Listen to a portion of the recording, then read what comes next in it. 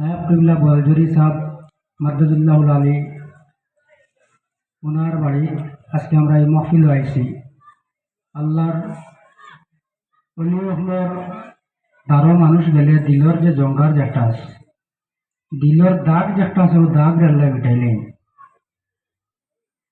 অলি আল্লাহর আলোচনা করলে নবীজি হইতরা যিকরু সালিহিনা কাফারাতুন, আল্লাহর মায়ার বান্দাগুলোর আলোচনা করলেও আল্লাহ এরার খাতিরে গুনার আল্লাহ মাফ করে দেন। জোরে হো সুবহানাল্লাহ। অলি আল্লাহর লগে আমরা যদি মায়া রাখি, সম্পর্ক রাখি বা তার কথা মতো সঠিক পথে যদি আমরা চলি, আমরা লাভ হইব না লস হইব? আপনারা বলছেন লাভ হইব। লাভ হইব। কিতাবের নাম হলো বাহজাতুল আসরার। গাউসে পাক সাইয়্যিদিনা শেখ আব্দুল কাদের জিলানী মাহবুবে সুবানী কুতুবে রব্বানী রহমাতুল্লাহি তাআলা আলাইহির সময় একজন যুবকে দেখলা তান বাবার কবর আজাবর, অর্থাৎ স্বপ্নে দেখলে আর কি বাবার কবর আজাবর। বাবার হইতরা জাদুমনির বাবারে, তুমি আব্দুল কাদের জিলানী সাহেবের দি দোয়া করাও, আল্লাহ যেন আমার কবর আজাবরে আল্লাহ যেন নাজাত করে দেন। কোন যায় দুনিয়ার জমিনের মাঝে মানুষের পেটের বুক লাগলে কিছু খাইলে পেটের বুক মরে। যদি কোনো মানুষের জল পিপাসা ধরে, জল খাওয়াইলে মানুষের জল পিপাসা নিবারণ হয়। পেট বেদনা ধরলে বিভিন্ন ঔষধ আছে, ঔষধ খাইলে পেটের বেদনা যায়। কিন্তু এখন কবরের মধ্যে আজাব হইতেছে, কবরের আগুন নিবাইবার দুনিয়ার কোন মানুষের ক্ষমতা আছে নি? সম্ভব নেই। কবরের আজাব সত্য।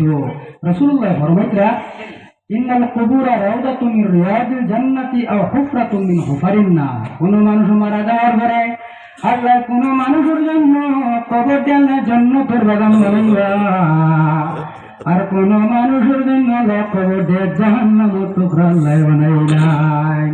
তো আল্লাহর বান্দায় স্বপ্নে দেখলা তাম বাবার কবর মধ্যে আযাব, বাবা জানে হইতরাও আমার ছেলে তুমি আল্লাহর মকবুল অলি গাউসে পাক সাইয়্যিদিনা শেখ আব্দুল কাদের জিলানী সাহেবের খিদমত গিয়া আমার জন্য দোয়া করাইও, আল্লাহ যেন আমার কবরের আযাব আল্লাহ মাফ করিয়া দিলাই। সুবহানাল্লাহ।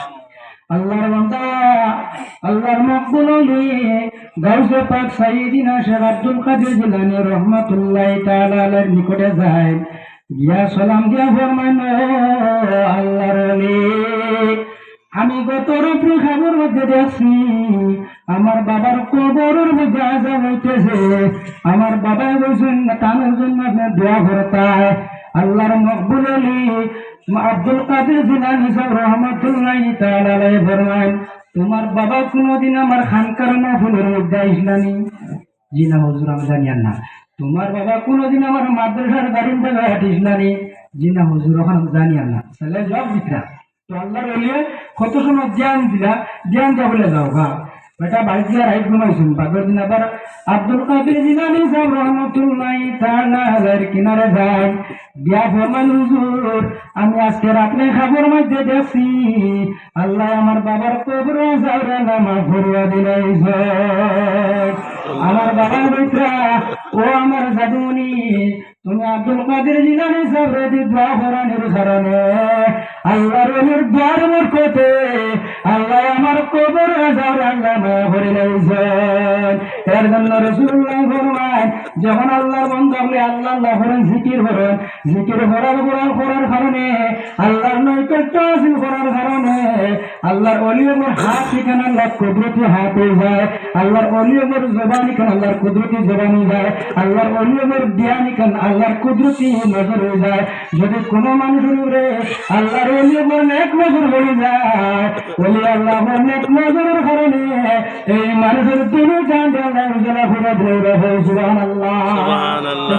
বুজুর্গন ইনো আমরা বজুর সাহেব আল্লাহর মকবুল অলি তার সামনে রেখে মাথা হয়েছিল বেয়াদবি। আমরা ইনো আই যত উলামায়ে কেরাম বানাইছেন সবে দোয়া লুয়াতাই, আর এটা জায়গাতে আমরা দুই চার কথা হই ও কারণে আমরা কিন্তু সহজ বাড়িত আমরা বুজুর্গানের দিন হয়ে যারা আছেন, মাশাআল্লাহ আমরা বুজুর্গানের দিন হয়ে যারা আছেন এরার কাছে আমরা দোয়া লুটাম করিয়া।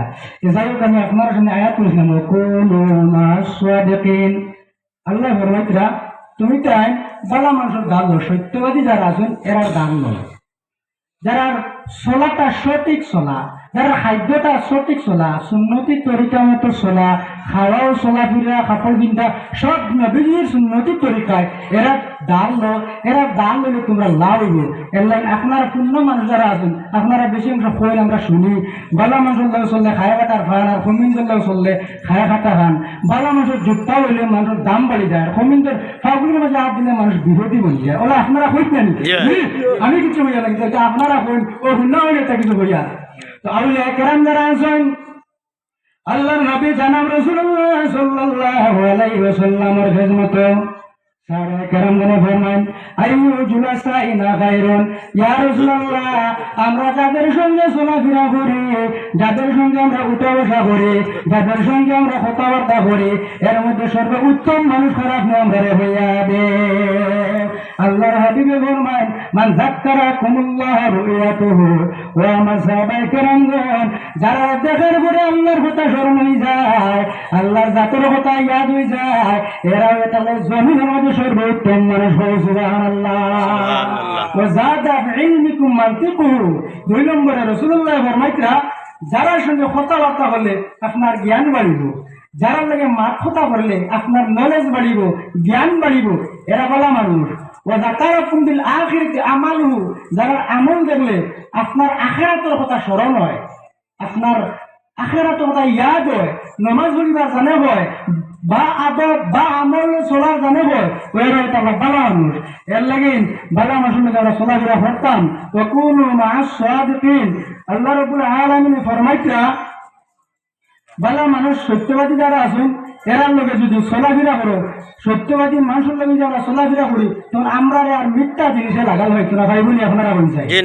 আর আরেকটা জিনিস, আমরা মাথা করবার সময় হক মাত মাতিতাম, বেজালি মাত মাতিতাম না। আল্লাহর হাবিব সাল্লাল্লাহু আলাইহি সাল্লামের খিদমত সাহাবায়ে কেরাম হলে জিজ্ঞাসা করলেন ইয়া রাসূলুল্লাহ কোন আমলে বেশিরভাগ মানুষ জান্নাতের মধ্যে যাইবা? আল্লাহর হাবিব সাল্লাল্লাহু আলাইহি ওয়াসাল্লামের খিদমত সাহাবায়ে কেরাম হলে জানতে চাইলেন ইয়া রাসূলুল্লাহ কোন আমলের কারণে বেশিরভাগ মানুষ জান্নাতের মধ্যে যাইবা? আল্লাহর হাবিবে ফরমাইলেন তাকওয়া। 1 নম্বর হইল তাকওয়া, পরেশগারি, আল্লাহর জাতরে দরানির নামও একটা হলো তাকওয়া। তাকওয়ার বিভিন্ন ডেফিনেশন আছে, গোলমূল সারাংশ একটা ডেফিনেশন এটা হলো আল্লাহরে দরানি আর কোন ধরনের গুনাহ না করার নামও একটা হলো তাকওয়া। এই তাকওয়া যদি সে থাকে মুসলমান, আল্লাহর হাবিব সাল্লাল্লাহু আলাইহি ওয়াসাল্লামে ফরমান এই তাকওয়ার কারণে বেশি অংশ আমার উম্মত জান্নাতের মধ্যে যাইবা। আর 2 নম্বরে জান চরিত্রওয়ালা হইব, স্বভাব চরিত্র খাওয়া পিওয়া সব সুন্নতি তরিকায়, সুন্দর ব্যবহার, কথাবার্তাও সুন্দর, সুন্নতি তরিকা চলাফেরা করুন, যার চরিত্রওয়ালা, ব্যবহারওয়ালা, নজরটাও ওয়ালা। এই চরিত্রের কারণে দুইটা বৈশিষ্ট্যের কারণে আল্লাহর হাবিবে ফরমান আমার বেশি বেশি জান্নাতের মধ্যে যাইবা। আবার রাসূলুল্লাহর খিদমতে জিজ্ঞাসা করা হলো ইয়া রাসূলুল্লাহ কোন কারণে বেশিরভাগ মানুষ জাহান্নামের মধ্যে যাইবা? আল্লাহর হাবিবে ফরমান 2টা গুণের কারণে মানুষ বেশিরভাগ জাহান্নামের মধ্যে যাইবা। এর মধ্যে একটা হলো জবান। এই জবান দ্বারা যারা গুনার কাজ করবা, নাফরমানি করবা, এই জবানে মানুষের জাহান্নামে নিয়ে দিব। আর আরেকটা হলো লজ্জাস্থান। এইটা জিনিস জবান আর লজ্জাস্থানের অপব্যবহার যদি কেউ করেন, রাসূলুল্লাহ ফরমাইতরা এই 2টা গুণের কারণে এই মানুষ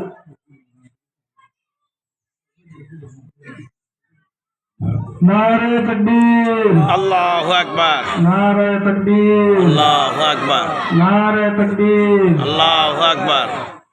ফরাজ আহমদ সাহেব আজমির শরীফ জিন্দাবাদ। মাশাআল্লাহ সাহেব আজমিরি সাহেব তশরিফ লিয়েছেন, আপনারা সামনে টাইম তশরিফ লিয়ে ইনশাআল্লাহ। তো আল্লাহর হাবিবে ফরমাইতরা 2টা গুণের কারণে মানুষ জাহান্নামের মধ্যে যাবে, একটা হলো জবান আর একটা হলো লজ্জাস্থানের অপব্যবহার। আল্লাহ রাব্বুল আলামিন আমরা বেশি বেশি করে নেক আমল করার তৌফিক দিতা, গুনাহ আমরা বাঁচিতাম। একবার দূর হোক আল্লাহুম্মা সাল্লি আলা সাইয়্যিদিনা মাওলানা মুহাম্মদ ওয়া আলা আলি সাইয়্যিদিনা মাওলানা মুহাম্মদ।